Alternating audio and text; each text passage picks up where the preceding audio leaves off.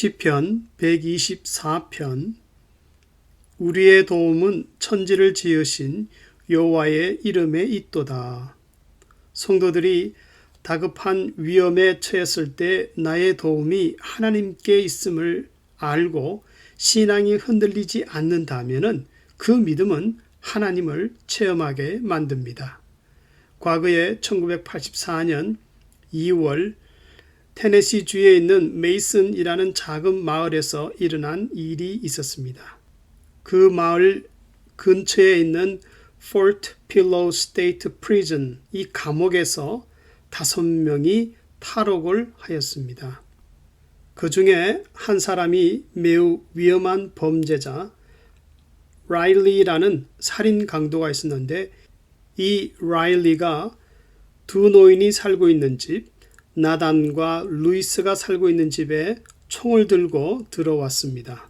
남편은 겁에 질렸지만은 73세 아내 루이스는 아침을 준비하면서 그 강도를 담대하게 맞이하였습니다.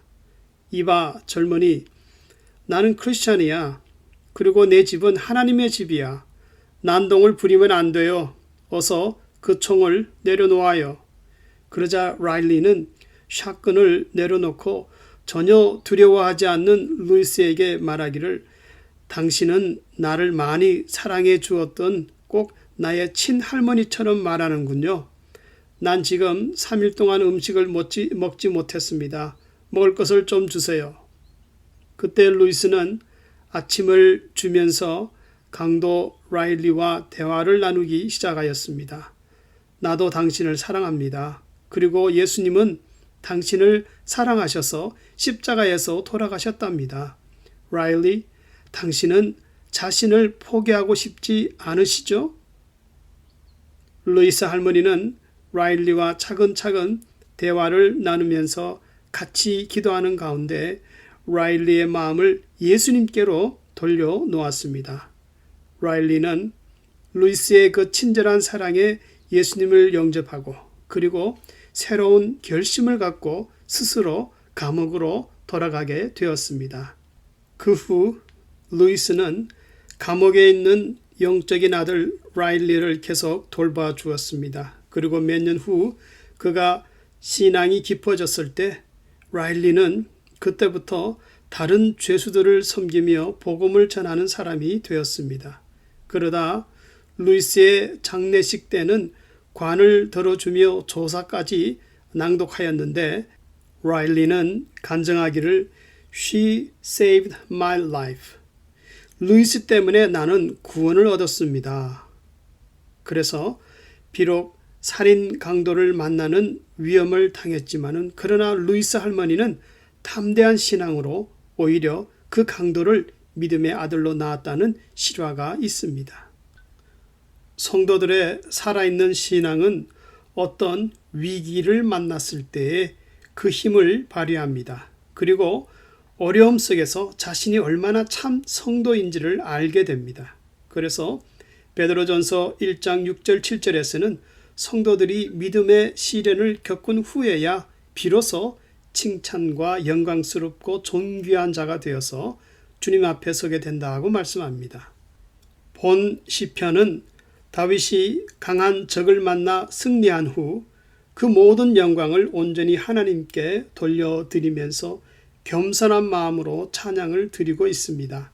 그래서 다윗은 고백하기를, 이스라엘이 심한 위기에 빠졌을 때 만약 하나님이 우리 편에 계시지 않았다면은 그때에 큰 낭패를 당하였을 것이라고 3번이나 강조하였습니다.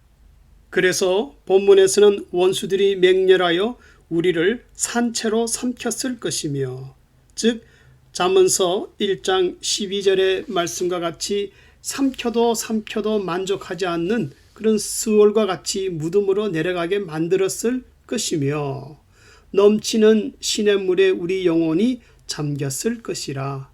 즉 이스라엘의 3, 4월에 많은 비와 녹아내린 눈으로 시냇물이 심히 넘쳐나는데 마치 그 물속에 빠짐같이 극도로 환난을 당하였을 것이라고 말씀합니다. 이스라엘 백성들이 생각할 때 가장 극적인 역사적 사건은 구약 에스더서에 나오는 하만과의 관계였습니다. 하만이 모든 이스라엘을 죽이고자 계획했을 때에 그때에 하나님은 에스더를 믿음으로 일으키셨고 온 이스라엘 백성은 기도를 하였습니다. 그랬더니 극적으로 그 죽음의 날이 승리의 날로 바뀌는 불임절이 생겼다고 말씀합니다. 마치 거울과 같이 성경에서 하나님이 이스라엘 백성들에게 보여주신 것처럼 성도들이 위기를 만날 때마다 믿음으로 하나님을 신뢰하는 것이 항상 승리와 구원을 얻는 비결이 된다고 말씀합니다. 그래서 6절 7절에서는 항상 약하고 잘 놀라는 새가 사냥꾼의 올무에 걸렸지만 올무가 끊어지게 하므로 위기에서 벗어나 원수들의 이빨에 씹히지 않게 한다고 증거합니다. 여기서 사냥꾼은 악한 세력인 사탄을 의미하고 올무는 사탄이 만들어 놓은 온갖 죄악을 말하는데 이 죄악을 정복하고 이길 수 있는 방법은 오직 하나님의 도우시는 손길, 예수의 보혈의 능력뿐입니다. 그 아들 예수의 피가 우리를 모든 죄에서 깨끗하게 하실 것이요. 요한일서 1장 7절 말씀입니다. 결론적으로 8절에서 성도들의 도움은 하늘과 땅을 지으신 여호와의 이름에 있도다. 여기서 여호와의 이름은 항상 승리의 원동력이 되는 거룩한 이름입니다. 그래서 사도행전 2장 21절에서는 누구든지 주의 이름을 부르는 자는 구원을 얻는다고 말씀합니다. 그리고 도움이 천지를 지으신 하나님께로부터 온다는 것은 에베소서 1장 4절의 말씀과 같이 창세전에 그리스도 안에서 우리를 택하사 택한 성도를 위한 도움, 하나님의 구원 사역이 이미 창조 전부터 있었음을 말씀하고 있습니다. 또한 그 택한 성도를 통해서 일하시는 하나님은 하루하루 그 성도들을 세상에서 보호하기 위해서 천지를 만드신 그 손길로 계속 도우신다고 말씀합니다. 언제까지? 천국에 이르기까지. 그러므로 로마서 8장에서도 증거하기를 로마서 8장 31절, 33절, 37절에 보면은 그런즉 이 일에 대하여 우리가 무슨 말 하리요? 만일 하나님이 우리를 위하시면 누가 우리를 대적하리요? 누가 능히 하나님의 택하신 자들을 송사하리요? 의롭다 하신 이는 하나님이시니 그러나 이 모든 일에 우리를 사랑하시는 이로 말미암아 우리가 넉넉히 이기느니라. 성도님들은 하나님이 내 편에 계심을 믿습니까? 그리고 삶 속에서 내가 하나님 편에 서기를 힘쓰십니까? 우리의 도움은 천지를 지으신 여호와의 이름에 있도다.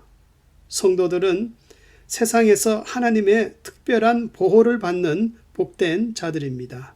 그러므로 약속을 의지하여 진실한 믿음을 갖는다면은, 지킨다면은 얼마든지 하나님을 체험하게 되는 것입니다. 나를 도우시는 이 은혜를 꼭 붙잡고 하루하루 새 힘을 얻을 수 있기를 주의 이름으로 축원합니다.